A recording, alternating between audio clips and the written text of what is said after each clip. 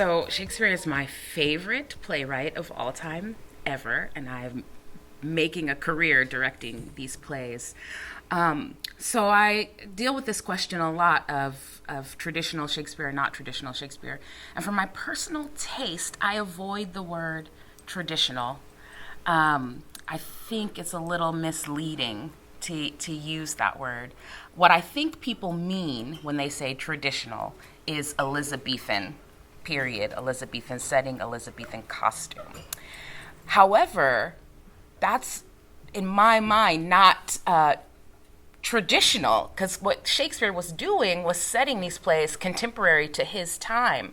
So take Richard II, for instance. Well, that's a king that lived and died long before Shakespeare was even thought of. But yet he set the play Elizabethan. So he didn't set the play in the time that Richard lived. That's not the costumes they wore. That's not the conventions that they went by. It's not, the language they used. It was a contemporary production.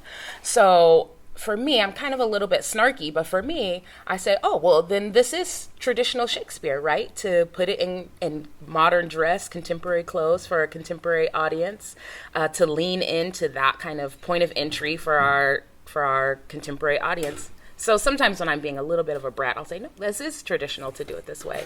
I do think that for some plays and some instances, there is tremendous value to do it in an Elizabethan setting. I think for some plays, there's tremendous value to update it, or, some people are doing Pericles, post-apocalyptic, on the moon, Star Wars theme. And I think it all has value. Largely, to me, it has to do with who's the audience that you're serving or intending to serve, and what story do you want to tell, and what allows for that point of entry into the story.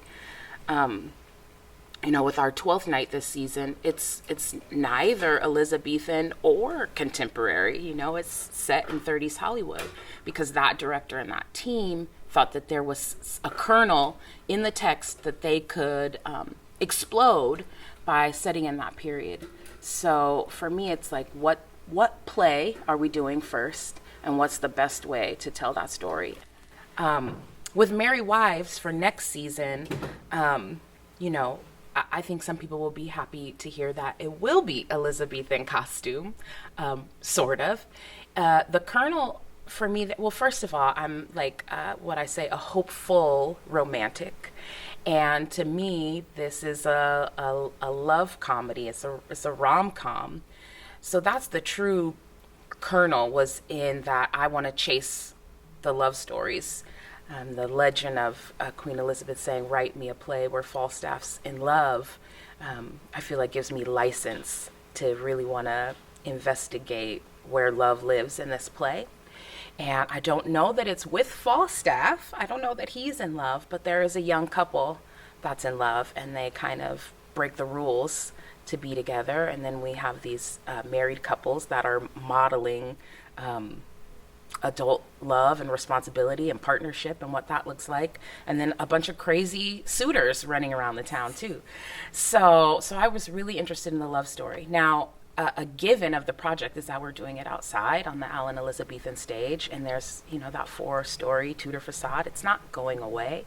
So I thought, well, why don't we really embrace it? Why don't we really lean into it? I don't want to mask it or hide it or pretend that it's not there.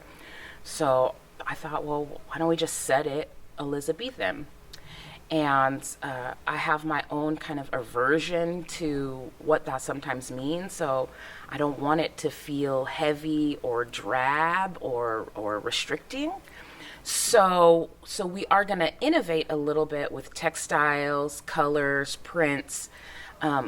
So there might be, some fabrics or things that aren't Elizabethan, but the silhouette will definitely be Elizabethan. There will definitely be at least one pair of pumpkin pants, at least one cod piece, several dresses that touch the floor,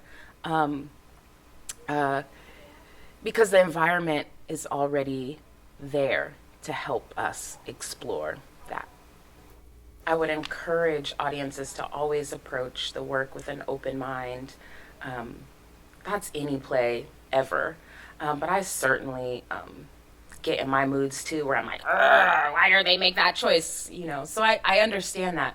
But to really approach it with an open mind, an open heart, this production in particular, the acting is so incredible. I mean, these actors could do this play in bedcloth and it would break your heart. The acting is so tremendous. So I think, the Elizabethans used to say, we're going to go hear a play. And I think that there's still some value in that, and I know we're inundated with all of our screens. So listening is maybe a lost art a little bit for us. But I think that there's still a lot of value to leaning into the language. And then demanding of a production that it help make that language tactile. And I think that this Richard does, right? I think that that we actually serve it in a way that is clear, and you can follow the story. And I think that that's the most important thing, regardless of what the costumes look like. So yeah, I guess that would be my advice to an audience, whether they prefer Elizabethan or not, is to just give it a chance, because they might be surprised. I think in both cases, I think people who never want to see Elizabethan costume could be surprised, and I think people who only want to see Elizabethan costume can be surprised.